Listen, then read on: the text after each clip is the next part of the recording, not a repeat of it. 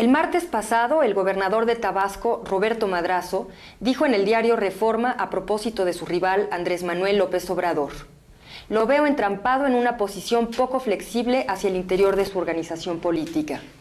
Fue una gente convencida de sus propuestas y por eso siempre ha tenido el respeto de mi parte". Y a la pregunta de si López Obrador era la bestia negra de Roberto Madrazo, el gobernador respondió: "No, nunca lo ha sido. No tengo ninguna diferencia personal con él. Hay que recordar que es un tumor del PRI. Tenemos un proyecto de desarrollo distinto para el Estado". A esas y muchas otras críticas responde esta noche Andrés Manuel López Obrador, el líder del éxodo por la democracia en 1991 y de tantos movimientos políticos y sociales desde entonces. El rebelde, igualmente temido en su partido que fuera de él.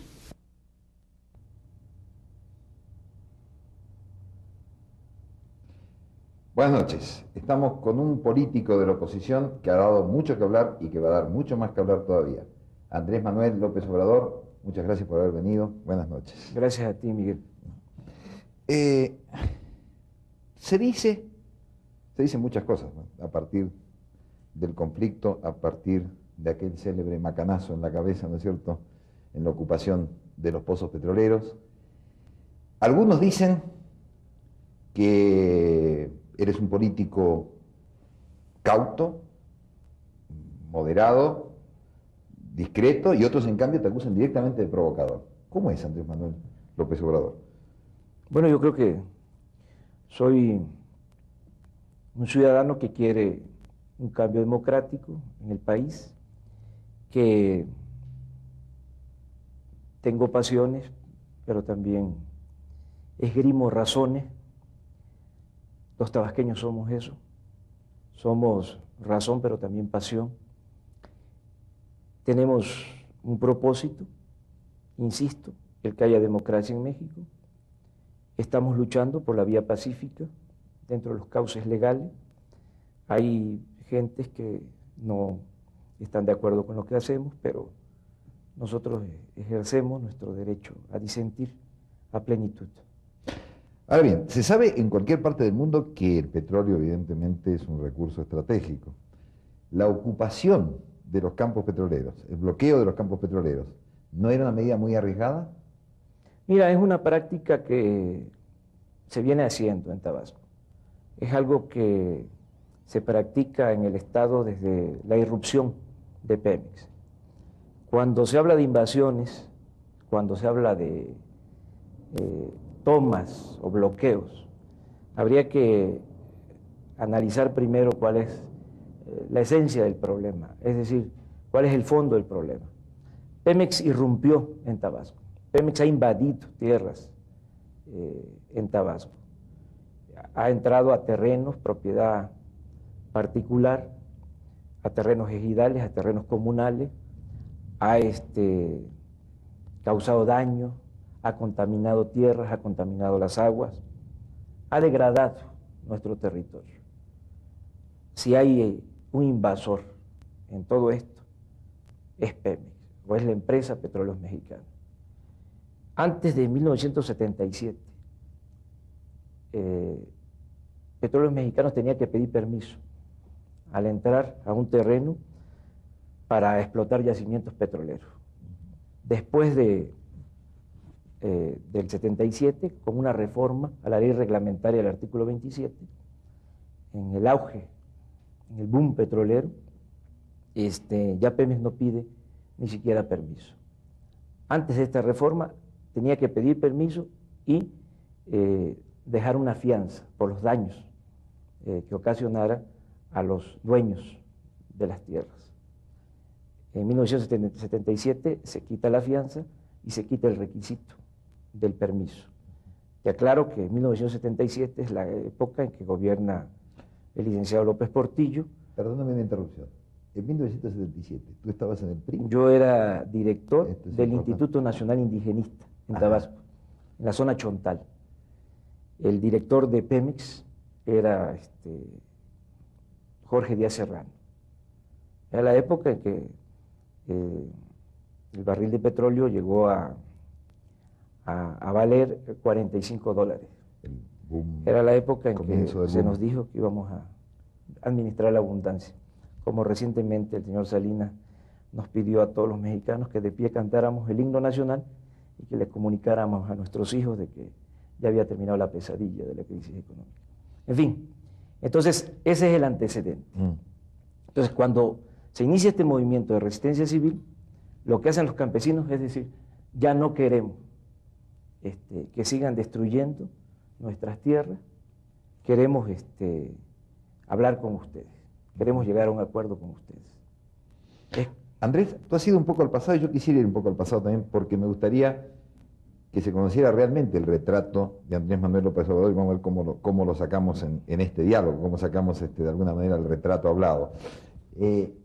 Tú, dije recién, cayó por ahí, seguramente los memoriosos y los que saben de política lo recuerdan, tú estuviste en el PRI, tú fuiste presidente del PRI en Tabasco. Sí, mira, ¿Cómo es esto? Es importante que nos lo cuentes. Mira, yo terminé la carrera, soy licenciado en Ciencias Políticas y Administración Pública, egresado de la UNAM. Y me regresé a Tabasco durante la campaña a senador por el PRI del maestro Carlos Pellicer. El poeta. El poeta Pellicer.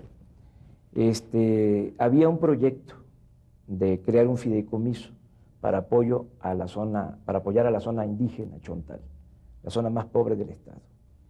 Don Carlos tenía una colección de pinturas de José María Velasco, evaluadas en ese tiempo en 7 millones de pesos. La intención era vender esas pinturas, esa colección, para formar el fideicomiso y apoyar a la gente más humilde del estado, en este caso los indígenas chontales. Le robaron los cuadros, las pinturas, amordazaron a su ama de llaves y se llevaron las pinturas. Por ahí deben de estar algún coleccionista privado del país o del extranjero. Se truncó este proyecto, don Carlos murió al poco tiempo y a mí me ofrecieron la dirección del Instituto Nacional Indigenista en el estado. En Tabasco alrededor del 15% de la población es indígena, chontal, aunque también hay choles, hay zoques, básicamente son chontales, choles, zoques y náhuatl. Empezamos a trabajar con un grupo de profesionistas jóvenes de todas las disciplinas, nos vinculamos mucho a la gente, se hicieron programas muy interesantes, programas de autoconstrucción de vivienda, se creó una radiodifusora, una radio cultural, bilingüe, se inició un programa que después se retomó a nivel nacional, el famoso crédito ganadero a la palabra, o crédito a la palabra, se alfabetizó, en fin, fue un programa integral. Yo trabajé 6 años como director del INE. Antes de llegar a la presidencia del PRI. Antes de llegar a la presidencia del PRI. Andrés, nos detenemos antes de llegar a la presidencia del PRI y volvemos porque me interesa mucho cómo es esta historia, es decir, cómo es esta parábola de un hombre que es presidente del PRI y del Estado y llega a ser uno de los opositores más encarnizados y más duros.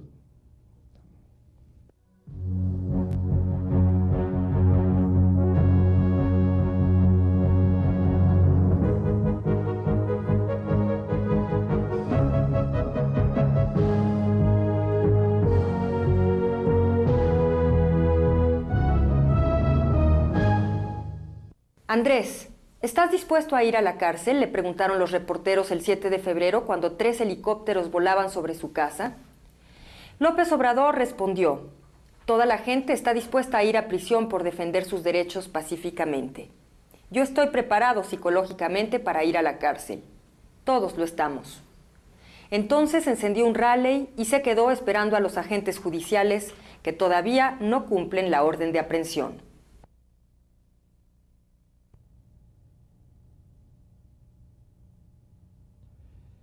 Seguimos con la forja de un rebelde, de un disidente, desde el sistema a la oposición frontal al sistema. Andrés Manuel López Obrador, ¿cómo fue ese proceso? Bueno, mira, En el Instituto Nacional Indigenista, más bien en el trabajo en las comunidades, con la gente, pues no teníamos una filiación partidista. Era un trabajo para impartir justicia, para lograr mejorar las condiciones de vida de la población marginada del Estado.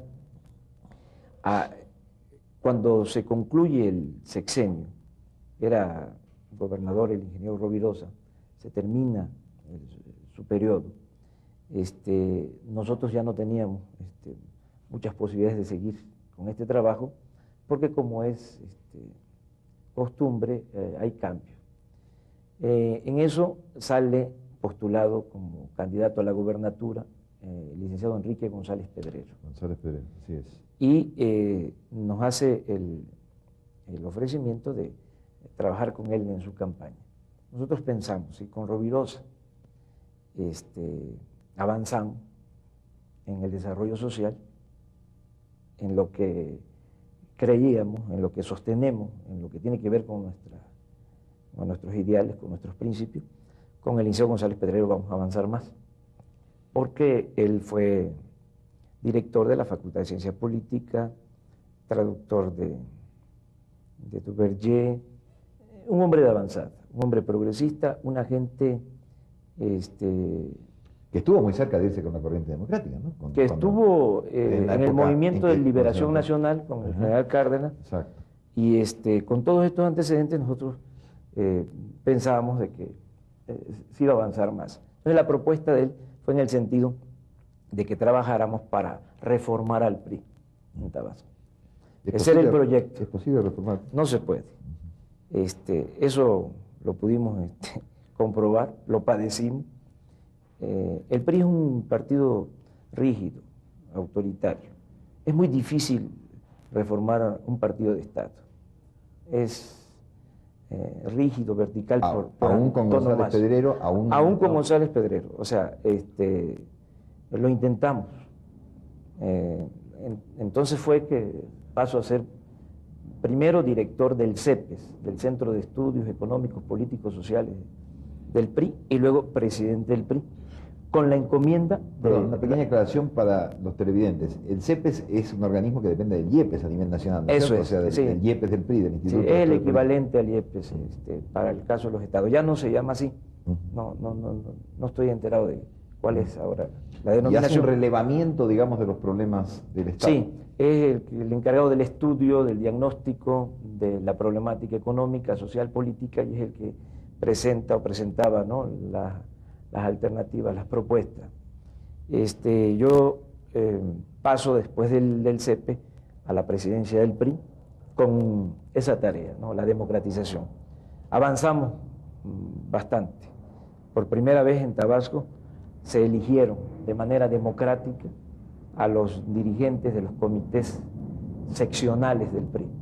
Había la costumbre de nombrarlos. Los PRI... Viejo y querido dedo, digamos. Así es, los presidentes municipales decidían quiénes iban a ser los dirigentes.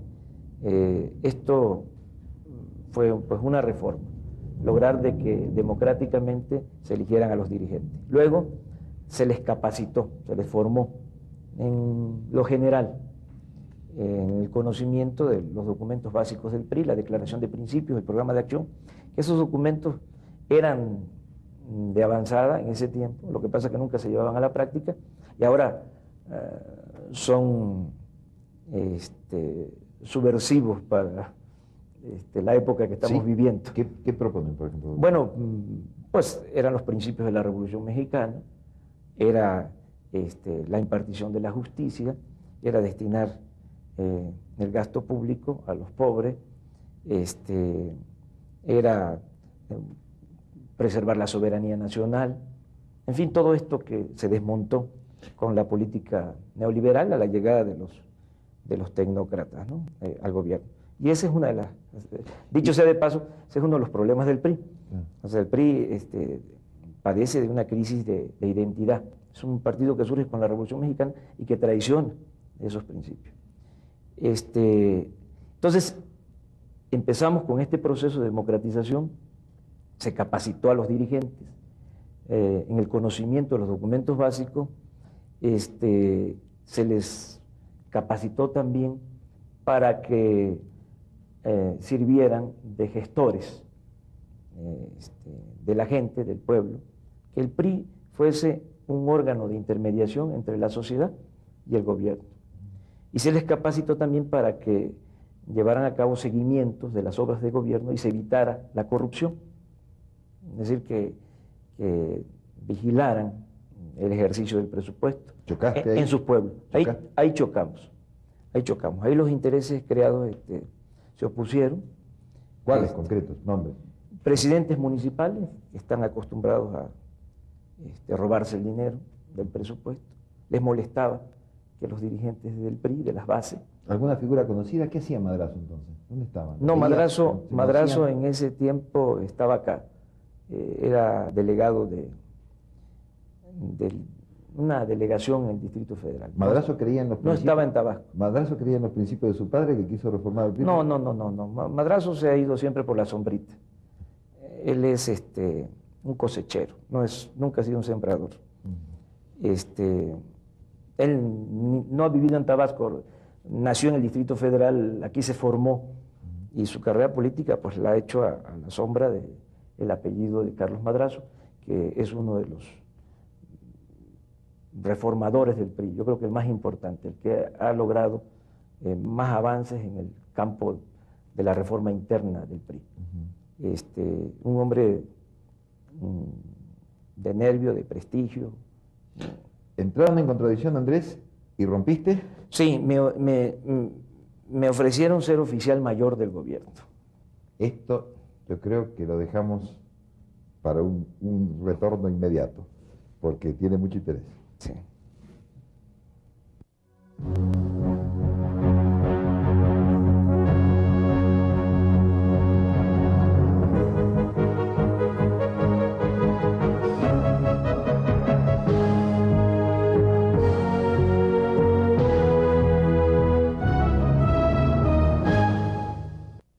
El más reciente de los conflictos en Tabasco estalló el 29 de enero, cuando perredistas bloquearon 18 pozos petroleros en demanda de indemnización por los daños ambientales provocados por Pemex.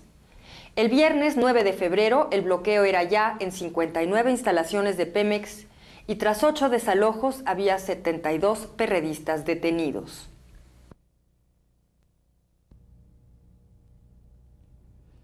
Seguimos con Andrés Manuel López Obrador y vamos a tu fugacísimo, creo que más que fugacísimo paso como oficial mayor. Sí, estuve 24 horas de oficial mayor de gobierno, renuncié, no podía renunciar al PRI, yo no pensaba en ese tiempo en salirme del PRI, pensaba, porque creía yo de que era factible la reforma. Esto fue un proceso, poco a poco me fui convenciendo de que la única posibilidad de cambiar las cosas en el país era estableciendo un verdadero sistema democrático con alternancia, con equilibrios, con contrapesos. Pero fue un proceso. Perdón, Andrés Manuel, ¿tú te vinculaste a Cuauhtémoc Cárdenas y a Porfirio Muñoz Ledo cuando empieza el proceso de la corriente democrática inmediatamente? No, me vinculé en el 88. Ellos empezaron 87 en el movimiento. Yo salí de Tabasco después de la renuncia a la oficialía mayor, me vine acá con mi familia, estuve 2 años desempleado, recibí una beca de CONACYT, escribí un libro y empecé otro.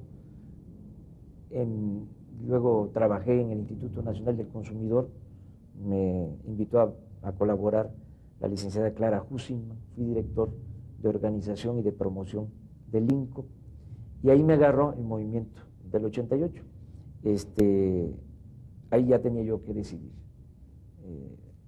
Era muy claro, una opción era continuar dentro del gobierno, dentro del PRI, a sabiendas de que no había muchas cosas que hacer, y lo otro era salirme, luchar por mis principios en otra trinchera, y fue lo que hice. ¿Cuándo? Me vinculé en el 88, en julio, del 88. Me vinculé al ingeniero Cárdenas.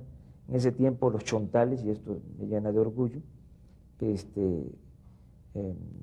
me postularon como candidato a la gobernatura por el Frente Democrático Nacional. Tú naciste en la zona chontal, ¿no? Yo nací Sí, en un campo petrolero que se llamaba Fortuna Nacional. Soy de Macuspana, de un pueblo que lleva el nombre de Tepetitán, un pueblo de 1.500 habitantes, no, menos, como de 1.000 habitantes. Es una vida rural muy interesante, muy libre, muy en contacto con la naturaleza. Regresando, pues, al hilo de la conversación, en el 88 salí postulado como candidato a la gobernatura de Tabasco. No había oposición en el Estado, fue empezar de la nada, el PRI lo era todo. En el 88 pues no nos fue mal en la elección, tuvieron que hacer un fraude, como siempre. Obtuvimos el 20% de los votos, y ellos pensaban, nuestros adversarios, de que esto iba a ser flor de un solo día, que terminando la elección estatal, pues yo me iba a regresar a México, me iba a dedicar a otra cosa, y la intención no era esa. Nosotros no luchamos, y desde entonces lo tengo muy claro, por los puestos. La decisión no fue salirme del PRI para ser gobernador de Tabasco. La decisión fue salirme del PRI para contribuir a un cambio democrático. No estamos luchando por los puestos, estamos luchando por la democracia. Entonces nos dedicamos de inmediato a la construcción del Partido de la Revolución Democrática. Constituimos comités en cada uno de los 17 municipios. Se constituyeron también comités en cada pueblo, en cada colonia. Se construyó una organización, una estructura mínima, y empezamos a partir del 89, con el impulso que nos dejó la elección del 88. Hemos puesto en práctica una fórmula que nos ha dado buenos resultados en épocas interelectorales, es decir, cuando hay elecciones, somos movimiento. Esto significa que estamos muy cerca de la gente, atendiendo todas sus demandas, apoyamos a campesinos, apoyamos a productores, apoyamos a trabajadores, defendemos derechos humanos, combatimos y denunciamos la corrupción. Esto en épocas interelectorales. Ya cuando se viene el proceso electoral, pues ya somos partido, ya actuamos de conformidad con las normas establecidas en la ley y con los lineamientos políticos. Surge del movimiento, tú dices, hablas de movimiento y partido, muy interesante, digamos, movimiento de masas, la acción social, la lucha política, la lucha electoral y sus diferencias en los distintos procesos. La idea de bloquear, de ocupar los pozos, ¿surge del movimiento, surge de la cúpula? ¿Cómo surge? Es del movimiento, desde el 89, yo diría que desde antes, porque desde que estamos trabajando en la zona indígena, estamos trabajando en organización y apoyando a la gente. Yo tengo la satisfacción de que trabajé como funcionario del gobierno en el INI, y los chontales, inmediatamente que yo salgo postulado, que yo dejo el PRI, se suman al movimiento. Si yo hubiese sido un mal funcionario, si siendo funcionario me hubiese robado el dinero destinado a las comunidades indígenas, ellos no me estarían apoyando como me apoyan. Fueron los primeros, en el 89, cuando no había nada, que decidieron participar. Ahora el movimiento ya se extendió, pero sí, contestando a tu pregunta, esto surge del movimiento. Ahorita estamos actuando como movimiento. ¿Evaluaron los riesgos, Andrés Manuel? Digo, acá tengo, por ejemplo, esta célebre foto que salió, ¿te acuerdas? Andrés Manuel López Obrador, con sangre en la camisa, golpeado de un macanazo. ¿Qué sentiste? ¿Qué pensaste? ¿Qué sentiste cuando te pegó la policía? Mira, fue un asunto pues muy delicado. y se dio en una circunstancia, ¿no? Difícil. Yo llegué justo cuando estaba el operativo. Si llego 5 minutos después o 5 minutos antes, no pasa eso.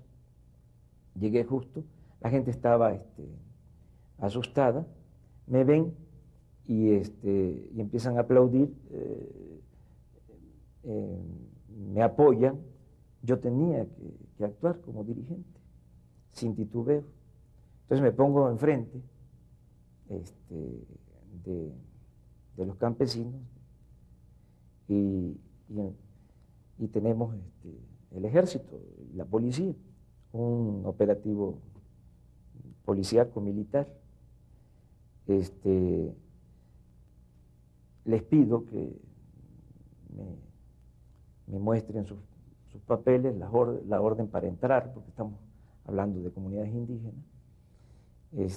Habían 3 helicópteros dando vuelta, ahí estaban los mandos, participó la Secretaría de Gobernación a través de la Seguridad Nacional, estaba Inteligencia Militar y la Procuraduría y la Policía del Estado.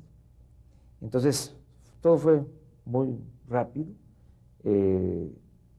Cuando estoy yo pidiendo la documentación y que nos permitan hablar para ponernos de acuerdo, que se retiren un poco, nos retiramos nosotros y llegar a un acuerdo, porque no era la idea enfrentarnos, que ellos vienen armados, eran 600 elementos armados, y además nuestro movimiento es pacífico, estamos hablando de resistencia civil pacífica. ¿Gandhi? Sí, tomando Gandhi, tomando Luther King. Yo creo que cuando se enfrenta uno a un régimen autoritario, lo mejor es la desobediencia civil, la resistencia civil pacífica. Siempre hay otras opciones, yo hablo de 3, de manera muy esquemática. La lucha armada, la resignación, es decir, cruzarse de brazos y terminar como esclavos, sin grilletes, o una tercera opción que es la que estamos utilizando, la resistencia civil pacífica. ¿La vemos en un segundito? Sí. Regresamos enseguida.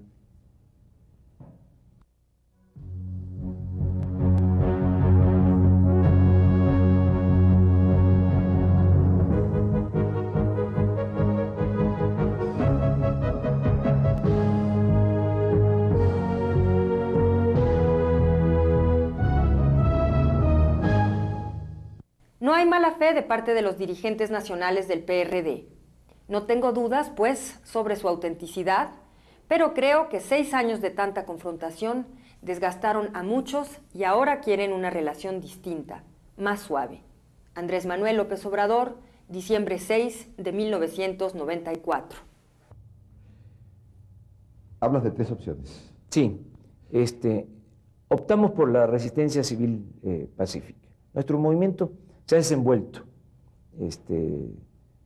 por la vía pacífica. Mucha organización, mucha movilización ciudadana y mucha responsabilidad en la conducción. Y es difícil en el trópico, Porque la gente es alebrestada, digo. Porque se encienden las pasiones con mucha facilidad. En Tabasco y en el trópico los ríos se desbordan.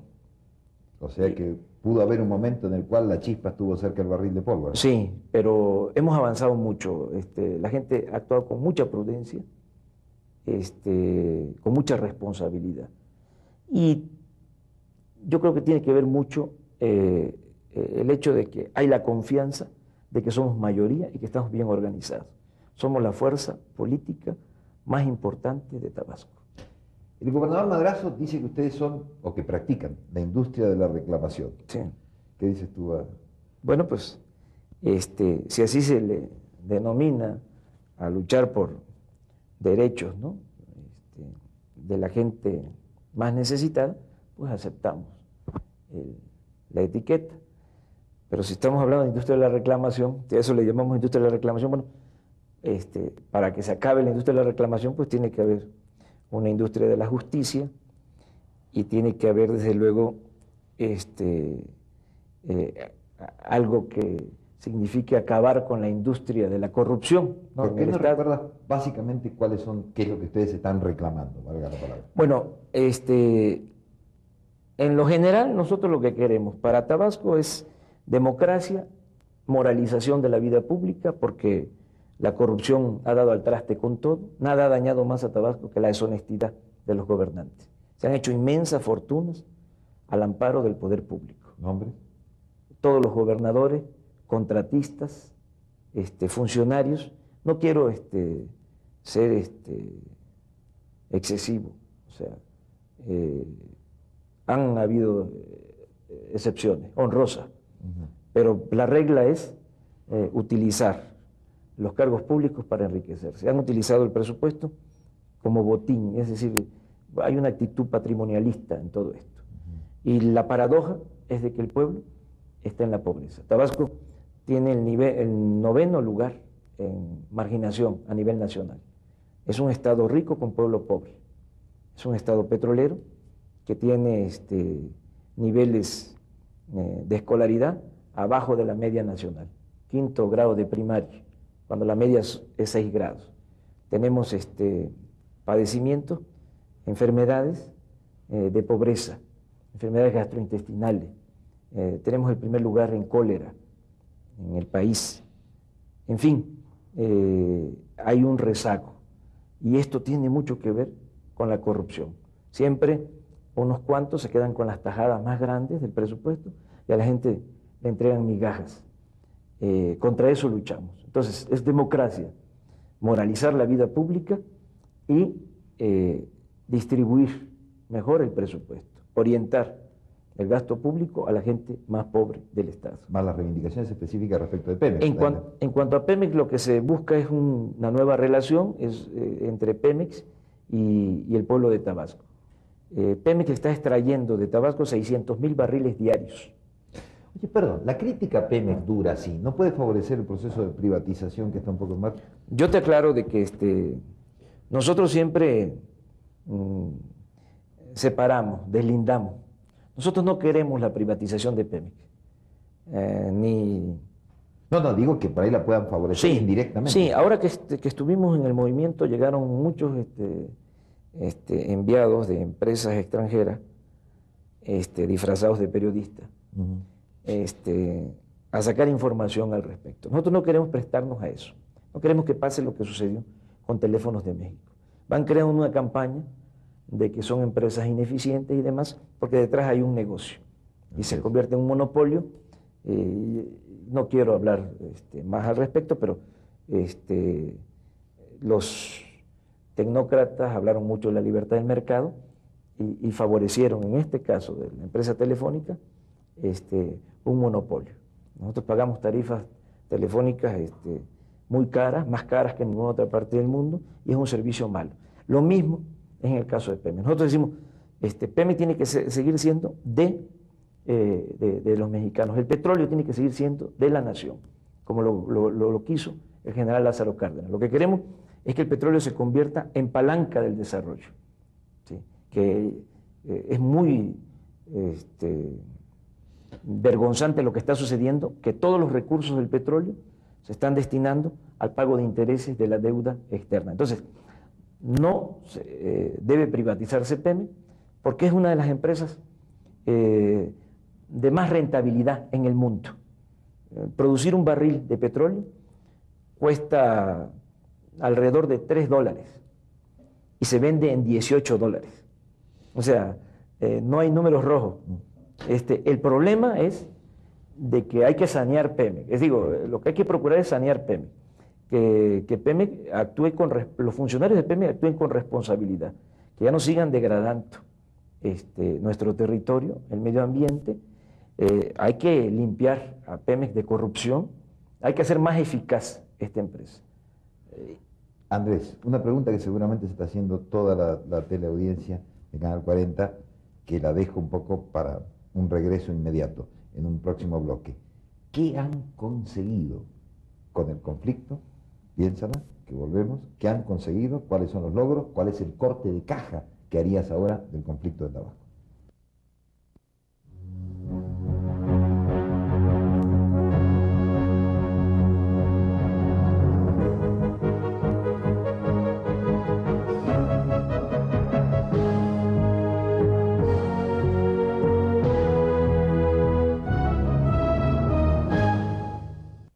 Andrés Manuel, ¿qué quiere esa gente que pasa frío en el Zócalo? ¿Los que están haciendo esa larguísima cola para que les sirvan un plato de frijoles? Quieren que yo llegue al gobierno, pero yo no puedo aceptar la gubernatura y ningún otro acuerdo que signifique una claudicación. No estoy luchando por cargos públicos, quiero democracia. Andrés Manuel López Obrador, diciembre 6 de 1994. Le decía recién a Andrés Manuel López Obrador que qué corte de caja tiene, o sea, qué ganaron, qué perdieron, qué pasa con el conflicto de Tabasco. ¿Qué pasa en estos días con el conflicto de Tabasco? Mira, haciendo un balance, ¿no?, del movimiento, yo creo que se mostró a la opinión pública nacional, internacional, de que existe una paradoja, una contradicción en Tabasco, de que Pemex está extrayendo petróleo, gas, somos el segundo productor de petróleo del país, el primer productor de gas, y la gente que vive en las zonas petroleras está viviendo en la pobreza. Esta paradoja, esta contradicción quedó, yo creo que de manifiesto en esta primera etapa del movimiento de resistencia civil. Otra cosa que fue importante es marcar un alto a Pemex en cuanto a la degradación del medio ambiente, en cuanto a la contaminación. Están muy preocupados por cumplir compromisos internacionales, por sacar el petróleo, y no están dando atención a la preservación del medio ambiente y a algo que es muy importante para los tabasqueños, a el mantenimiento de instalaciones, de oleoductos, de gasoductos, de gasolinoductos. En Tabasco hay 9.000 kilómetros de líneas y no hay mantenimiento. Nosotros tenemos accidentes frecuentes, hay explosiones. En los últimos 20 años han muerto o han quedado lisiados alrededor de 200 personas en Tabasco.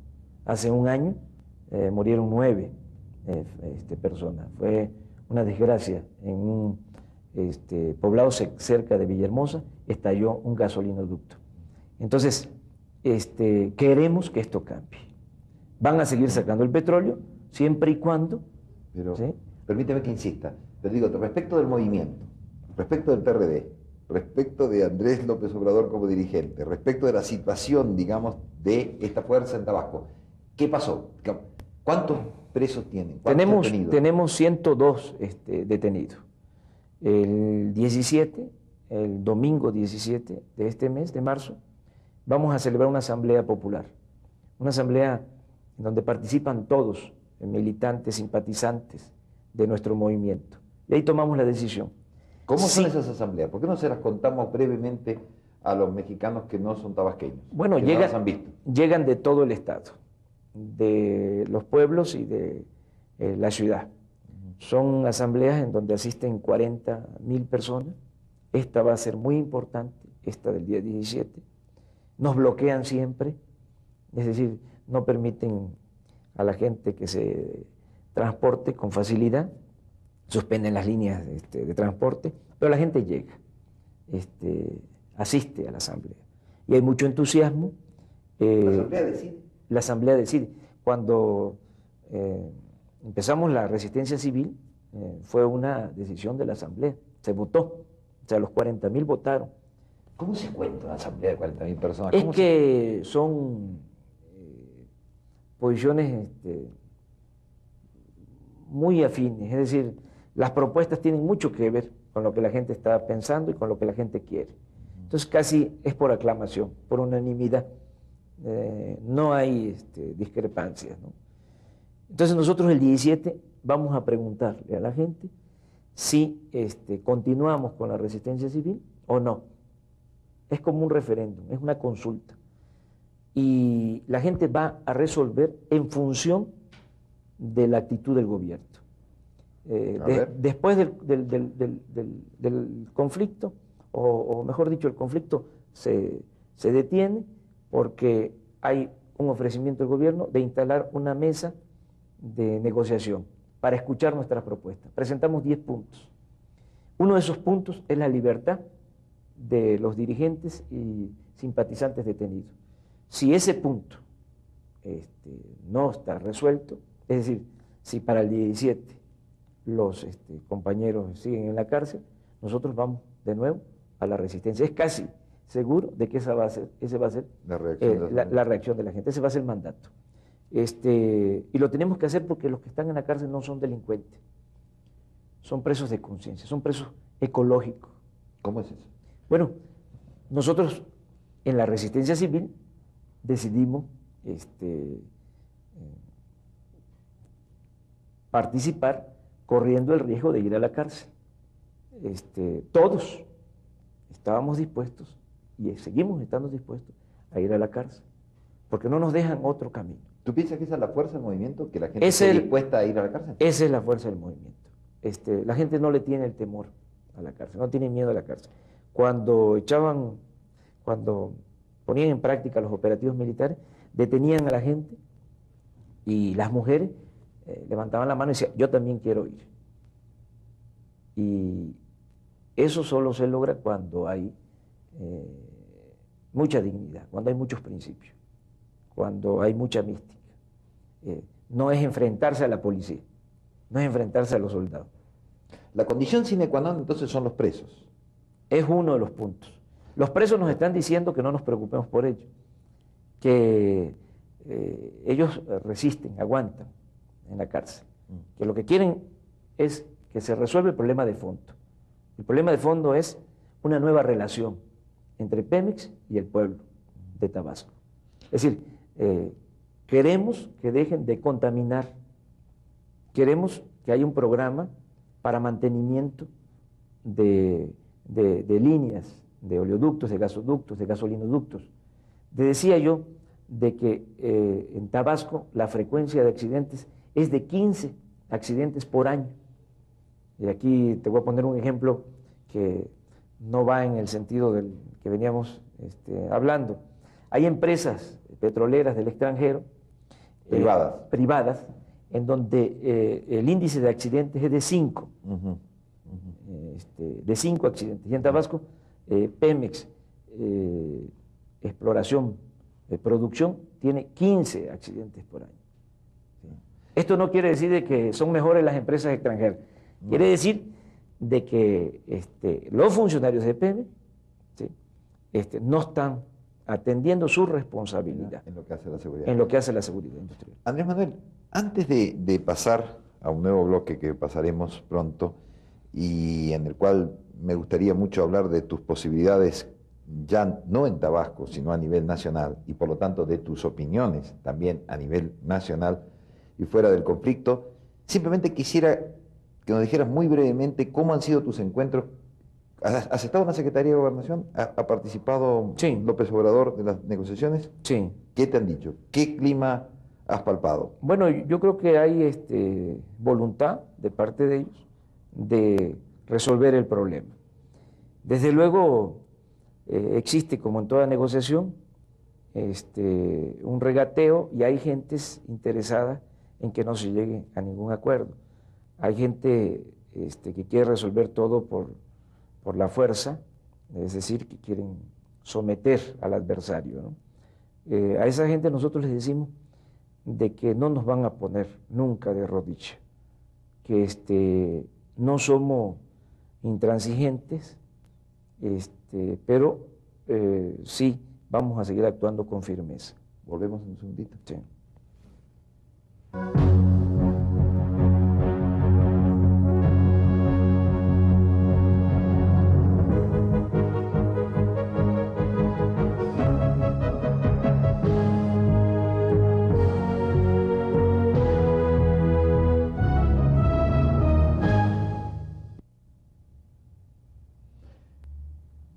Madrazo, la definición de madrazo, desde la campaña, desde la contradicción. ¿Cómo ves al hombre que aparece evidentemente como tu antípoda, como el contrario, el rival, por así decirlo? Bueno, mira, yo no lo veo como enemigo, lo veo como adversario. Mi crítica es de que no ha actuado con principios es un trepador. Se olvidó muy pronto de lo que hizo su padre. Se ha dedicado a escalar. Quiere triunfar a toda costa, sin escrúpulos morales de ninguna índole. Un ejemplo. La forma como está gobernando.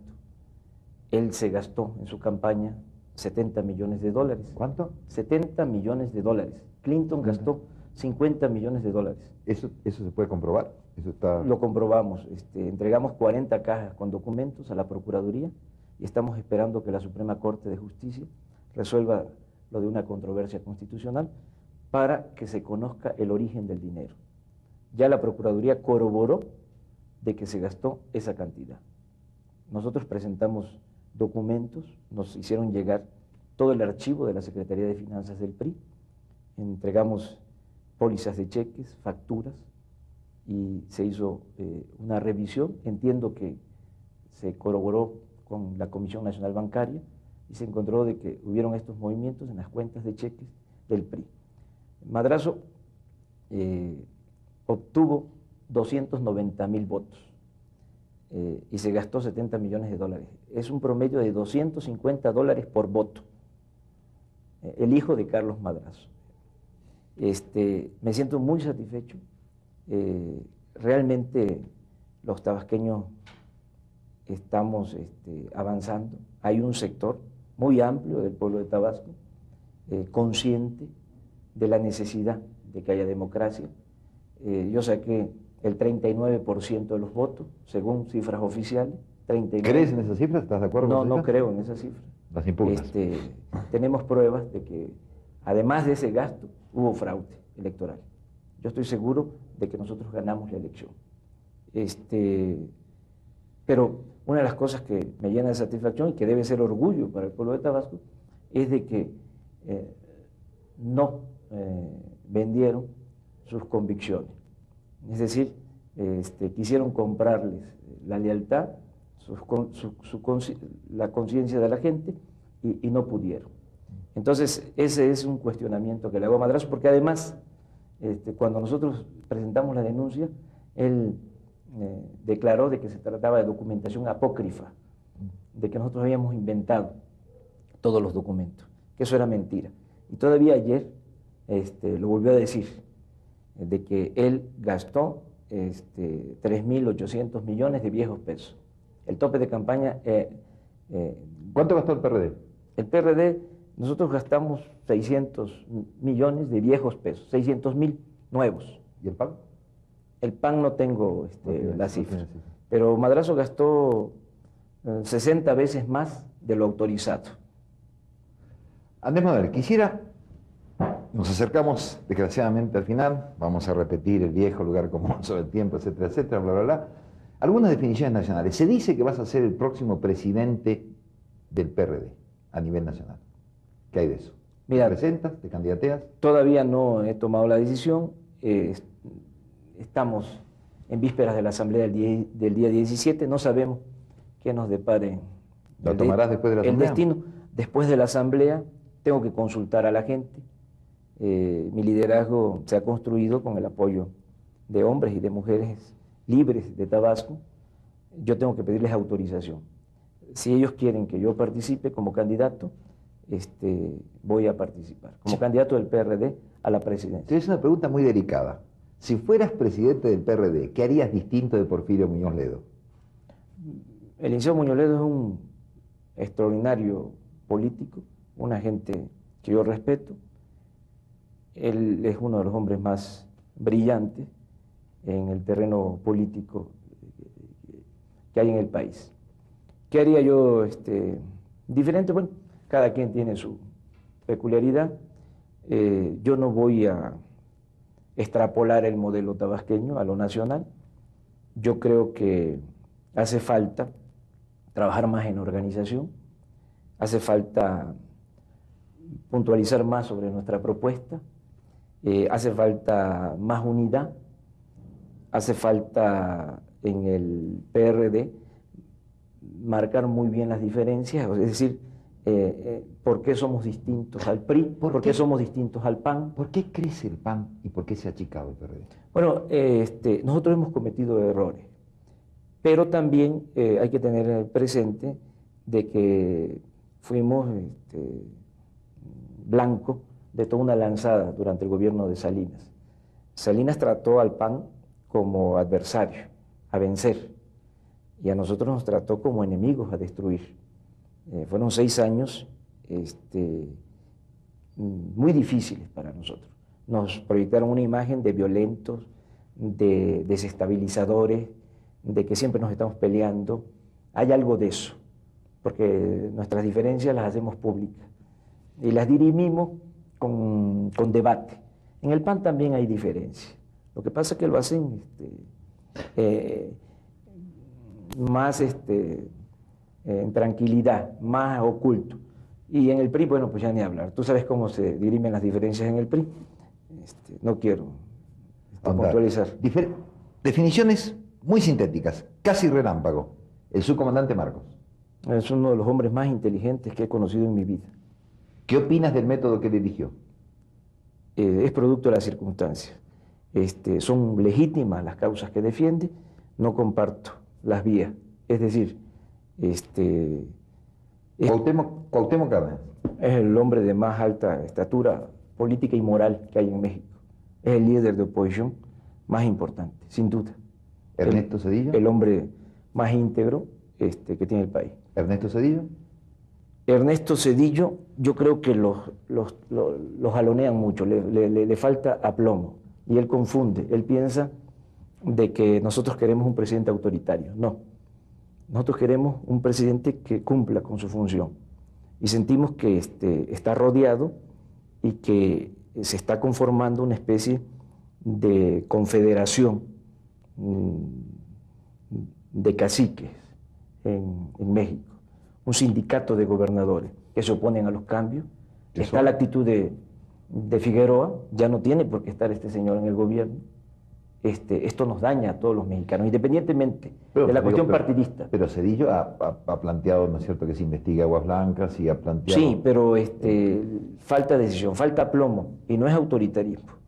Hace falta que cumpla con sus funciones.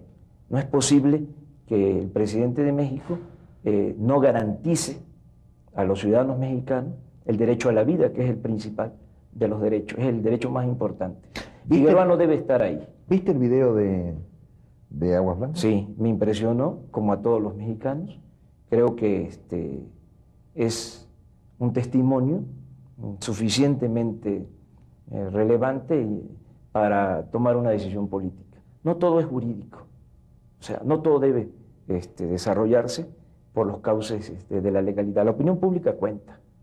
El poder, hasta cierto punto, es fama pública, es autoridad moral, es autoridad política. ¿Podría haber un escenario así cruento en Tabasco como lo hubo en Guerrero? No, porque nosotros actuamos con responsabilidad y no vamos nosotros a apostar digo, a la si violencia. ¿crees que de todas maneras, porque tampoco pobres los campesinos de Guerrero apostaron a la violencia y sin embargo fueron masacrados?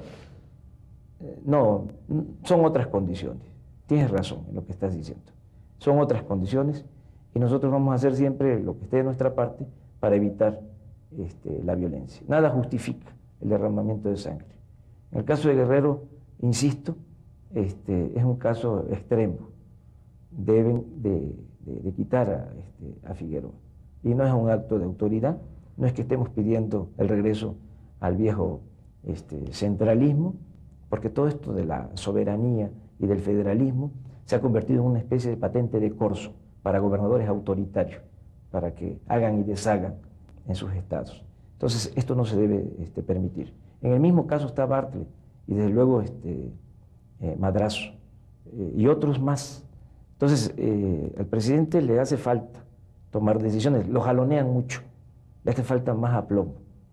Insisto, no queremos un presidente autoritario, queremos un presidente que cumpla cabalmente con su deber. ¿Tú tienes hijos? Sí. ¿Estás casado? ¿Cuántos hijos tienes? Tengo 3. 3 hijos. ¿Qué edad tienen? 14 años el mayor, 9 años y 5 años. ¿Qué México sueñas para esos hijos? Yo quiero que mis hijos vivan en un país democrático, que sean verdaderamente libres, que no les pase lo que en una época nosotros padecimos, que fuimos súbditos, no ciudadanos, que tengan capacidad para elegir, que no padezcan de represalia, que sean verdaderamente libres y que nunca pierdan, que nadie les quite el derecho a la esperanza. Muchas gracias, Andrés Manuel López Obrador, por haber estado con nosotros. Muchas gracias a ti, Miguel.